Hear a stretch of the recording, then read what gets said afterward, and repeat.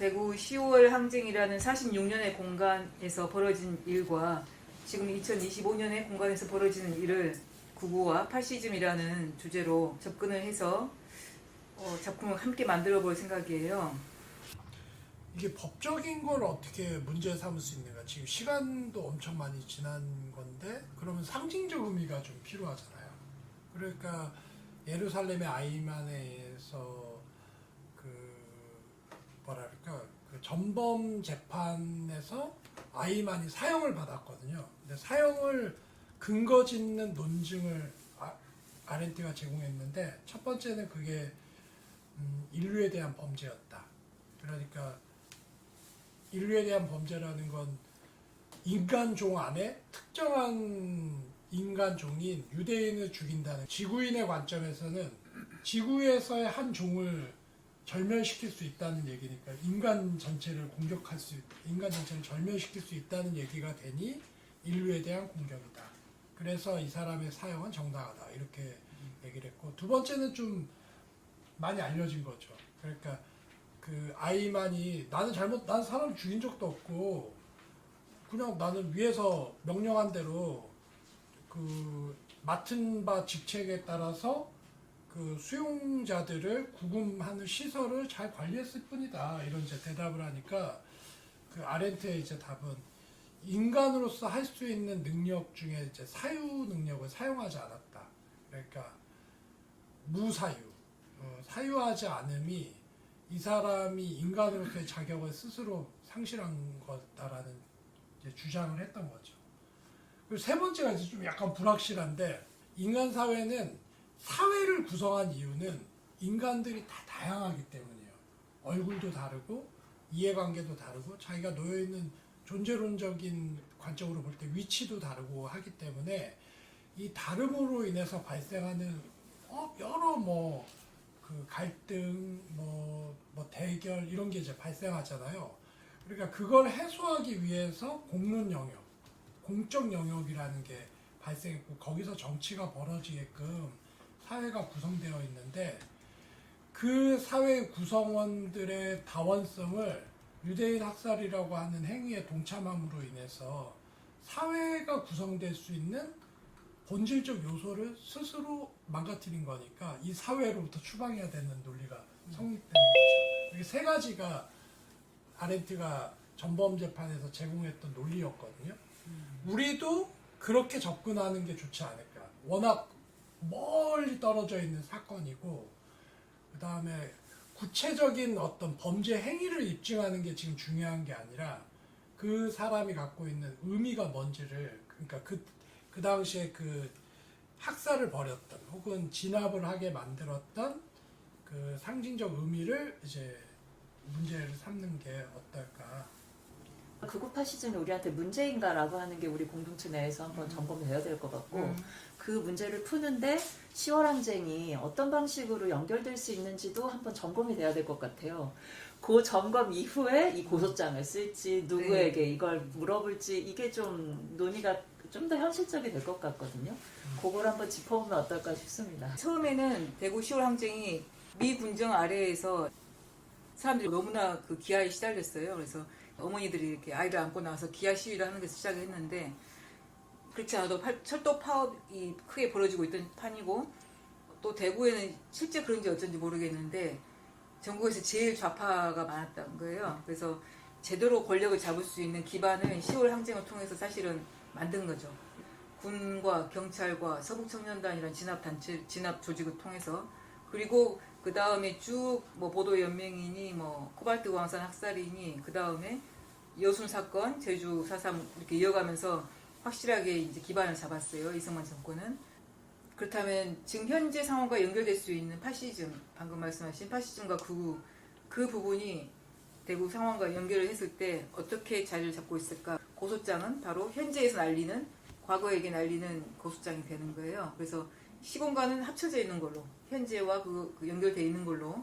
교육 분야 연구자이어서 청소년에 관심이 있고 지금 청소년의 극우화에 또 관심이 있는데요.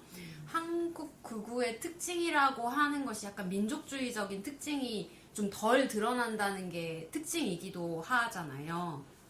다른 유럽의 우파에 비교해서 우리 민족이 최고야라고 하는 것이 한국에는 덜 드러나는데 그게 민족주의적 자긍심이 없는 게 아니라 미국이랑 되게 긴밀하게 연결되어 있는 자긍심? 그래서 그 태극기 부대가 항상 그 성적이 같이 흔드는 것도 그러니까 그 극우의 되게 일종의 상징 같은 건데 그럼 미국과의 공조 혹은 이제 그 어떤 소설가의 비유에 의하면 한국 사람 바나나맨으로 비유하기도 하던데 껍데기는 노란색이지만 속은 백인이라고 생각하는 그런 어떤 그 공조 안에서 드러난 것이라는 생각이 들고 그 안에서 이제 지금 이제 그것에 되게 핵심적이고 이렇게 앞에 선동하는 존재들이 누군가 하면 기독교 보수 기독교이잖아요. 근데 그런 맥락에서 그러니까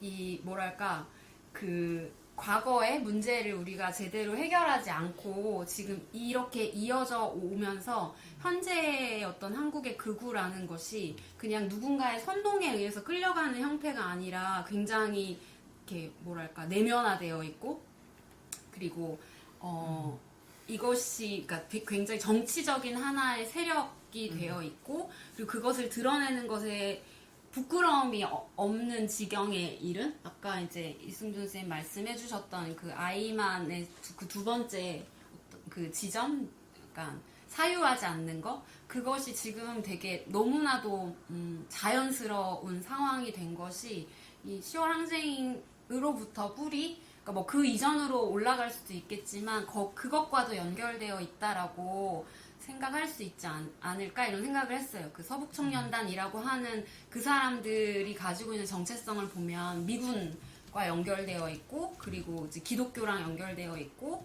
그리고 그 사람들이 어떤 공적인 권력을 취하면서 어떤 그 폭력성과 이런 것이 이제 더 극단적이 되었는데 지금 이제 나타나는 현상이 그렇게 될 수 있는 이렇게 위기 상황? 세월호를 만약에 진상규명이 되면 시민단으로 되게 고소를 해보고 싶더라고요. 왜냐하면 그 뒤로 트라우마 때문에 저의 어떤 일상도 굉장히 많이 파괴됐었거든요. 그런 사람이 한둘이 아니잖아요.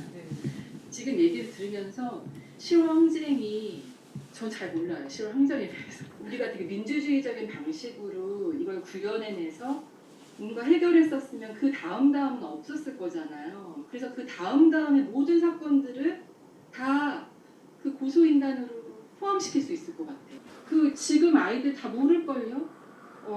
왜냐면 교과서에 실린 게 보니까 2000년대부터 검정 교과서 체제 도입 이후 실렸다고 했어요.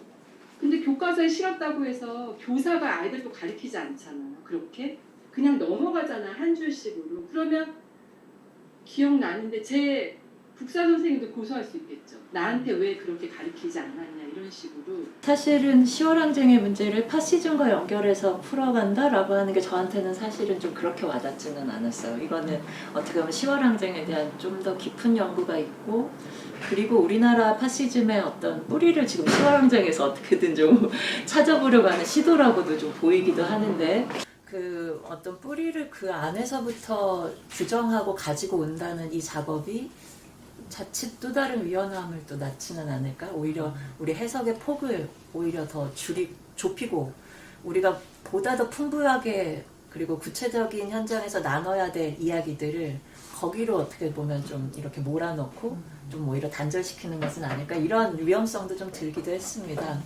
그럼에도 불구하고 이제 오늘날의 극우의 문제, 파시즘의 문제 그리고 그것을 우리 역사와 어떻게 연결할 것인가라고 하는 접근은 얼마든지 가능할 것이기 때문에 그래 열어놓고 얘기할 필요가 있겠다라고 1차적으로 좀 공감을 하고 10월 항쟁에 대해서 좀 더 연구를 좀 해봐야 되겠다라고 하는 마음가짐을 이번 계기를 통해 좀 갖게 됐고요. 그런데 이제 한 가지 좀 같이 생각해 볼 만한 주제는 이승준 이사장님 지적을 해주셨지만 이걸 한번 생각해 보면 좋을 것 같아요. 거기서 이제 아렌트도 지적을 했는데 무사유의 문제를 얘기를 하잖아요. 저는 그게 약간은 좀 어색해요. 왜냐하면 특히 우리 10월 항쟁의 이 상황을 보세요. 다 배고파서 막 힘든 상황이잖아요. 배고파서 막 절규하는 그런 상황이란 말이에요. 그리고 그걸 때려잡는 사람들도 같이 있어, 그 속에서. 그런데 거기서 무사유를 들이댄다? 이건 좀 너무 어색해. 사유라고 하는 게 도대체 뭔데? 이성적으로 판단하고 합리적으로 사유한다라고 하는 게 그렇게 인간으로서 좋은 일이야? 그리고 중요한 일이야? 그리고 인간으로서 들이대야만 할 하나의 조건과 같은 거야? 전 그건 좀 아니라고 생각해요. 그러니까 사유도 너무 인간을 인간 중심의 어떤 우월한 종으로 보았을 때 사유를 들이댈 수 있는 것 아닌가 이런 생각도 좀 들거든요. 그런 면에서 우리가 예술기획으로 좀 접근한다라고 하면 사유보다는 좀 넓은 품이 좀 있으면 좋을 것 같아요. 사유 이상의 아니면 사유보다 더 넓은 품이 우리한테 필요하다. 그랬을 때 그 넓은 품 안에서 오히려 파시즘이나 극우 그리고 역사적인 고통의 문제를 더 깊이 있게 볼 수 있다고 생각해요. 사유 정도로는 안 돼. 무사유의 정도를 이걸 이야기한다라고 하는 걸로는 안 돼. 더 깊어져야 돼. 라고 하는 생각을 좀 갖게 됐고요. 무사유를 죄악시하는 것 자체가 너무 폭력적이라는 생각이 저는 드는 거죠. 그리고 이제 두 번째가 이제 고소장의 형식인데 이제 이것도 어떻게 보면 좀 연결되어 있어요. 앞에 생각했던 그 문제의식하고 좀 연결되어 있는데 요즘에 제가 우리 사회를 보면서 미디어에도 노출되고 이제 막 이 많은 사람들이 얘기를 많이 하잖아요. 그랬을 때 야 미디어에서 요즘에 제일 말빨이 센 사람들이 누구냐, 국회에서 제일 말빨 센 사람들이 누구냐, 다 이렇게 보니까 다 법률가들이더라고요. 야 이게 법률 그리고 법률가의 언어가 우리 사회를 지금 장악하고 있다라고 하는 생각이 좀 들어요. 정부도 그렇고 국회도 그렇고 그리고 미디어도 그렇고. 그래서 어떻게 보면 법률가들이 마치 우리 사회를 다 정리해 줄 수 있을 것만 같은 태도를 취하는데 저는 상당히 이게 못마땅합니다. 그러니까 아주 극단에서 문제를 해결할 수 있는 양 간의 이익을 추구하는 집단들이 그걸 해결해가는 과정에서 법률은 정말 최소한의 약속 체계이고 어떻게 보면 하다 안 됐을 때 취할 수 있는 방법이라고 저는 생각해요. 그런데 그런 최소한의 방법과 약속 정도의 것을 막 우리 사회의 모든 문제를 법으로 해결하면 다 만사 해결될 것만 같이 느끼는 그 분위기 자체가 저는 상당히 좀 맞지 않다는 느낌을 많이 받아요. 네. 그래서 우리가 고소장 굉장히 효능감 있는 형태이죠. 그리고 아주 어떻게 보면 타겟이나 아니면 풀어갈 수 있는 방법론을 분명하게 인지할 수 있는 방법이라고 생각해요. 그런데 이걸 사용할 땐 단순히 우리가 법률가적인 시선이라든가 네. 법률가의 의식 속에서 이게 작동되어서는 안 된다고 생각해요. 어, 그걸 넘어설 수 있도록 이걸 이용해야 된다. 예. 이런 부분을 좀 짚고 싶었습니다. 사유는 목격 다음에 일어난 일 같거든요. 그래서 그걸 목격한 사람으로서 이렇게 접근하면 어떨까 이런 생각이 들고 저는 이 소송에 대해서는 그래요. 우리가 원시나 고대 사회에서 소송이야말로 보복이나 복수가 아닌 공동체의 어떤 약속, 규칙으로 등장한 것은 아니었을까? 누구나 자기 사를 얘기하다 보면 거기에 민주사가 없는 가정이 없더라고요. 제가 개인 상담을 하다가 항상 하는 얘기는 이건 당신 문제가 아니다 이렇게 얘기가 나오거든요. 이건 우리 모두 이 국가 안의 트라우마적인 반응이다 이렇게 얘기가 나오는 거예요. 우리의 고소장 모양을 따를지 우리가 새로운 모양을 만들지는 알 수가 없어요.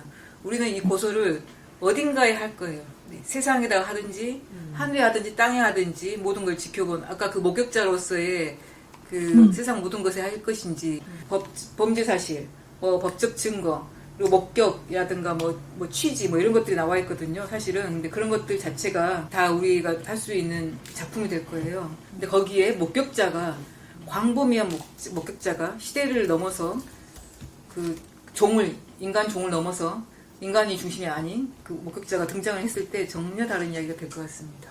이건 그냥 외적으로 나하고 상관없이 하나의 체계로 작동하는 그냥 언어 툴이에요.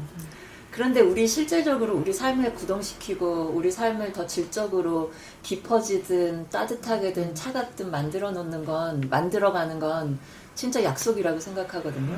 내가 나 스스로와 맺는 약속, 내가 너와 맺는 약속, 내가 공동체와 맺는 약속, 내가 자연물과 맺는 약속, 내가 시간과 맺는 약속, 이 약속들이 어쩌면 우리 삶을 정말 실질적으로 구동시키고 이야기를 만들어낸다고 생각해요. 그래서 이번 전시가 법률을 뛰어넘는, 아니면 법률 그렇게 보일 수도 있지만 우리는 이건 긴밀한 약속을 맺는 과정이다.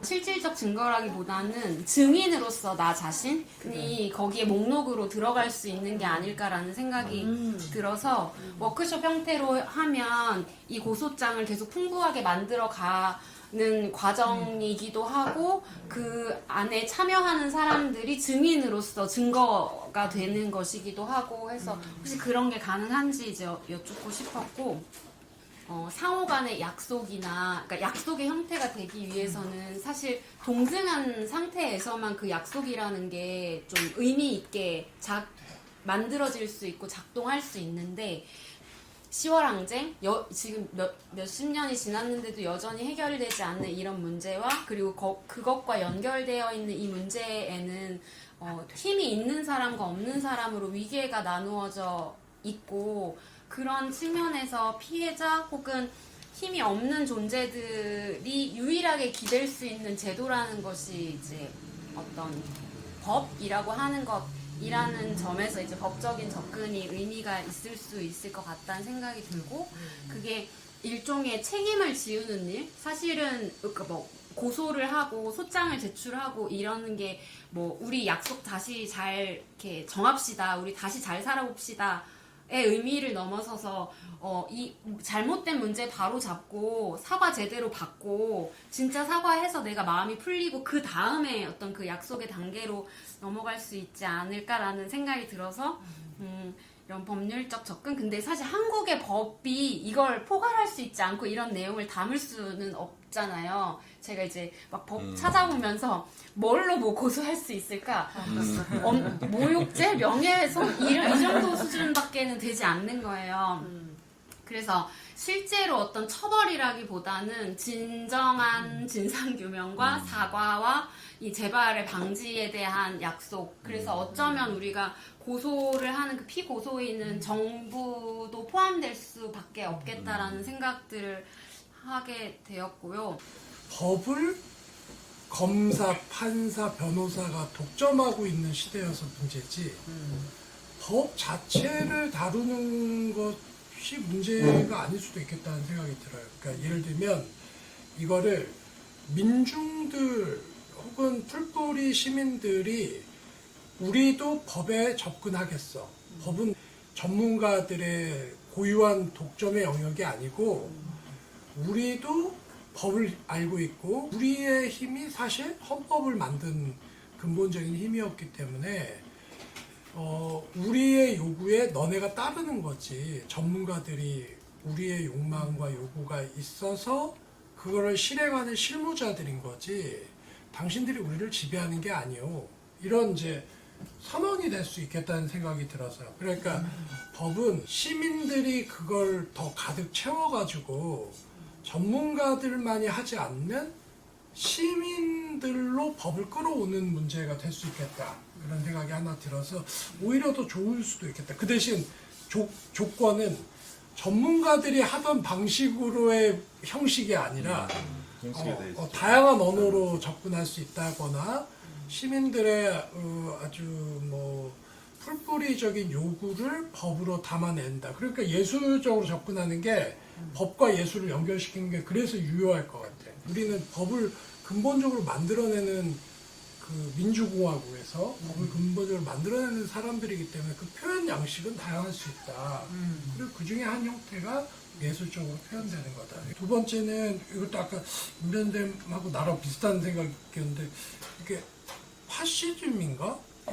왜 그런 생각이 들었냐면 우리 파시즘 연구 모임에서 파시즘을 연구한다고 하는 거는 되게 현대적인 현상으로 이해를 했어요. 그러니까 들레즈 가타리가 전체주의랑 파시즘을 구분하면서 전체주의는 수목형 모델이다. 위로부터 아래로 그 명령을 하다라고 그 명령을 받은 사람들이 명령을 수행하는 체계가 전체주의라면 파시즘은 리즘적이다.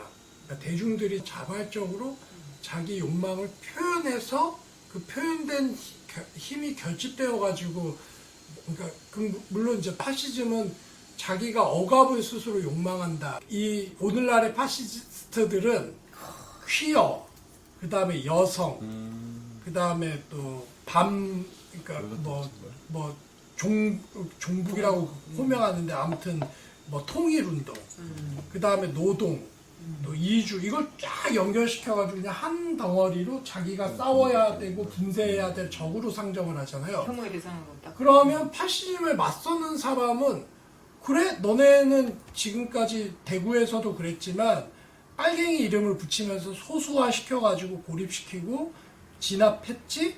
근데 우리는 그러면 아니야. 우리는 소수자인데 소수자 연합을 하면 너네보다 훨씬 커. 여성, 생태, 퀴어, 노동, 이주, 심지어는 이제 지역에 대한 것, 광주도 거기에서는 그 뭔가 중부 게이처럼 이렇게 그 연결시키는 개념이잖아요. 5.18가 그 다음에 계급까지 이렇게 이 소수자를 다 모으면 사실 그게 우리 시민들이거든요. 그렇지. 소수자 연대가 훨씬 더 강하다는 걸 대구 항쟁 이 기념 행사의 속에서 뭔가 이 연대의 모습을 보여주는 게 파시즘을 오히려 누르는 어떤 기능을 하지 않을까. 모르겠어요. 요즘 파시즘은 잘 안 떠올랐는데 개인적으로 생각한 건 그런 거였어요. 고소 방법도 있지만 좀 이렇게 스크리닝 해보니까 이게 4.3과 5.18과 뭐 이런 사실 어떻게 보면 좀 대등하다는 말이 좀 웃기긴 하지만 좀 그런 역사임에도 불구하고 지금 예를 들어서 이제 특별법이라는 것이 다 제정이 돼 있는데 근데 요 10월 항쟁은 그런 게 아직 없더라고요. 연구도 미쳐나고 현재 대구 시민사회에서도 그런 법들을 좀 제정하려는 움직임이 좀 있는 것 같아요. 뭐 숫자로 많이 표기되잖아요. 5월과 2일이 그래서 5.18, 뭐 4.3, 부마항쟁도 비슷한 그 역사적 배경 같은데 그런 것들을 다 섞어서 이렇게 기호화하고 그런 것도 괜찮겠다 이런 생각까지 했습니다. 어떤 거는 17명으로 사망이 조사돼 있고 최대는 88명까지 돼 있는데 엄청난 학살인 거지. 그러니까. 사실은 훨씬 더 많았겠죠. 지금 많았겠죠. 조사 기관에 따라서 나온 형태니까 근데 현지 국사편찬위원회에서 조사한 그 4개의 기관의 보고서를 분석한 거에 따르면 아무튼 최소 그 몇십 명 이상 조금 이런 말은 좀 그렇지만 약간 서운하지 않을까? 역사적으로 그 10월 항쟁이 다른 사건들에 비해서 맞아요. 네, 조명이 좀 조명이 돼야 안 조명이 안 돼 있어요. 있으니까 그 대구라는 그 약간 지역적 특수성도 있어. 그래서 이번 기획서 제가 보내준 기획서를 보셨나 모르겠는데 카운터 메모리, 카운터 보이시스예요. 대한 기억, 바로 하는 목소리. 그러니까 방금 그 이승준 이사장님 말씀하신 그 카운터 입장에서 그 이야기가 주제예요. 사실 기획으로. 근데 이게 이제 대구라고 하는 땅을 기반으로 생각을 해보니까 그 땅에서 그 사건들과 외침이 있었던 것이잖아요. 데프리스에서. 그러면 이 대구의 이 대지는 엄청 아플 것 같은 느낌인 거지.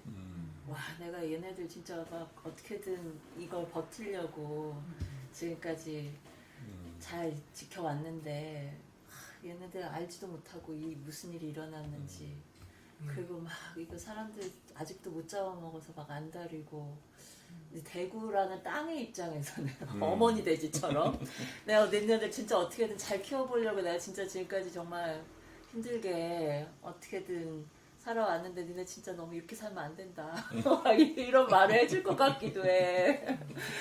너무 가슴 아프잖아요. 내가 키워서 먹인 자식들이 이렇게 폭력을 일삼고 나 다른 사람 아픈 것도 모르고 이런 채로 자란다면 얼마나 어미로서 가슴이 아프겠어요. 이거는 지역 안에서의 특수성이 분명히 있는 것 같아요. 지역 안에서의 목소리가 있어야 지역 연구단들도 모이고 맞아요. 활동가들도 모이고 시민들도 모여서 그걸 이제 법제화하고 진상규명 해달라는 요구도 하는 거잖아요. 그런 면에서 대구는 정말 안타까운 거죠. 10월 항쟁이 아주 현대적인 의미에서 그 새로운 항쟁의 역사로 우리가 가늠할 수 있지 않을까라는 생각이 들기도 해요. 그냥 오늘날의 이 시점 자체가. 오늘날의 시점 자체에서 바라봤을 때 10월 항쟁이 벌어지고 나서 정말 많은 남자들이 다 죽고 특히 좌파 집안은 완전히 남자들 다 싹쓸이 이제 애까지 죽였다고 하니까 그 집에 엄마하고 자식들만 있는데 그런 집들을 몇 집은 어떤 경찰이 관리하고 누가 관리하고 이런 식으로 관리를 하는 거예요, 국가에서. 근데 그 경찰들이 엄마들을 겁탈을 하는 거예요.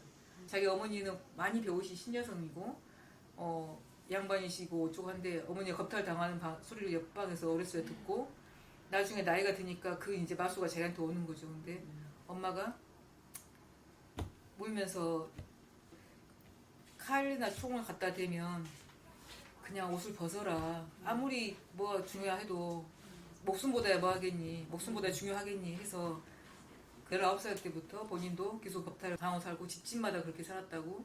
저분 자체가 하나의 예술이다. 예술이 하나의 시대의 지표라면. 그래서 아까 예술의 미학적인 모습을 생각하지 말라고 말한 것은 우리는 무엇이든 우리가 예술이라고 굳이 할 필요 없이 그냥 보여주고 이야기를 나누면 된다라고 생각을 해요.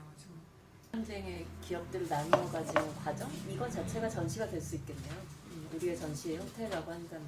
시민들이 사실 잘 모를 것 같아요. 그래서 그게 조금 안타까운데 이거를 알리는 글 아무리 찾아봐도 너무 사실만 나와 있고 뭐 되게 다 많은 단체들의 명만 나와 있지 사람들이 드러나진 않더라고요. 법으로 모든 걸 할 수 없고 응보주의적으로 갈 수 없다고 생각을 해요. 피해자가 보상을 받는 게 맞는 거지 처벌한다고 해서 피해자의 그 피해가 회복되진 않거든요. 그럼 어떻게 그 피해 받으신 분들이 회복을 할 수 있을까라고 하면 이거는 사람들에게 알려줘야 하는 거. 우리가 당했던 고통들, 우리가 그렇게 할 수밖에 없었던 것들을 알려야 하는데 그거를 대구 사람이 아니면 대구 사람들도 모를 것 같아요. 지금 이렇게 파시즘이 만연한 시대에서 그러면 어떻게 알리느냐가 제일 중요할 것 같고 항상 이런 행사를 기획하면 보통 행사 주최하는 측에서 하고 싶은 말만 하거든요. 근데 그거를 지나가는 사람들에게 설득하는 과정이 엄청 짧아요. 그 감정의 교류는 엄청 찰나에 지나치기 때문에 그래서 그런 기획이 되어야 되는데 저도 잘은 모르겠어요. 그렇게 배고픈 힘든 상황에서 이 사람들이 이렇게 할 수밖에 없었고 정부는 우리에게 어떻게 했고 이런 거를 다 설명할 수 없다면 그럼 뭘 알려야 되는지. 사실 광주도 한참 뒤에서 20여 년이 지나고 나서야 발언을 할 수 있었거든요. 나도 어렸을 때 막 물어보면 부모가 막 얘기하지 말라고 하고 얘기를 안 해줬거든. 위험하니까. 근데 5.18 성폭력과 여성이라는 주제로 예술가들이 어떤 이런 프로젝트를 계획하는 회의가 있다 했을 때 되게 이제 그녀들의 현재성이 어떤지를 정확하게 감각하지 못하니까 계속 이렇게 추론하고 아이디어를 계속 내가면서 접촉해 가야 하는 건데 이제 10월 항쟁 같은 경우도 뭔가 이 회의에 어떤 좀 그 투쟁의 역사와 어떤 현안들을 좀 하면 당사자가 한 명이라도 좀 뭘까 이렇게 참여를 했으면 훨씬 더 이제 여기서 나오는 질문이나 이런 거에 대해서 조금 뭔가 의견을 내거나 답을 줄 수 있지 않았을까라는 생각이 들고 저도 잘은 모르지만 아까 이제 그러니까 연좌제 성폭력이죠. 그 형사나 경찰에 의해서 이제 던 건데 실은 저희가 5.18 성폭력을 하면서 4.3 성폭력 피해자들 최근에 다큐가 나왔는데 그게 이제 목소리들인가 다큐 제목 그런데 말을 못해요. 그러니까 추정되는 당사자를 찍었지만 거기에서 직접 당사자의 입으로 그 이야기를 하지 않은 다큐거든요. 그러면 여순도 마찬가지고 10월 항쟁도 마찬가지고 5.18 성폭력 피해자들이 공식적 미투를 한 가장 젊은 국가에 의한 이제 젠더 폭력 피해자들이라고 하는 거.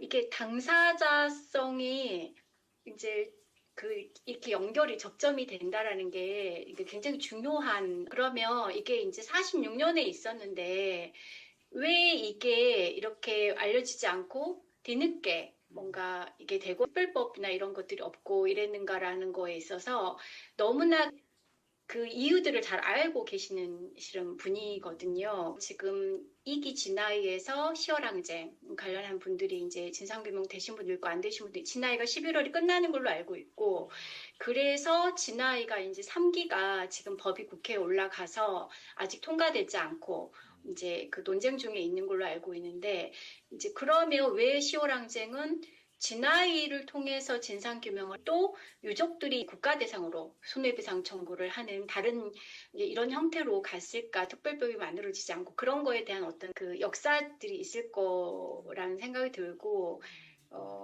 아무튼 그래서 좀 아쉽다. 그 뭔가 이 회의에 당사자가 들어와서 지금 이 10월 항쟁의 현 이치와 지향이 어디를 가고 있는지를 조금 왜냐면 이 운동의 방향이 있고 매년 추모제를 하는 걸로 알고 있고 그래서 그랬다면 훨씬 좀 더 좋지 않았을까라는 좀 아쉬움이 들어요. 네. 일단은 여기서 이제 나머지 우리 이름 정하는 것과 제가 하겠습니다. 하고 안건을 감사합니다. 톡에 올린 다음에 이렇게 네. 투표를 붙여서 나가주세요.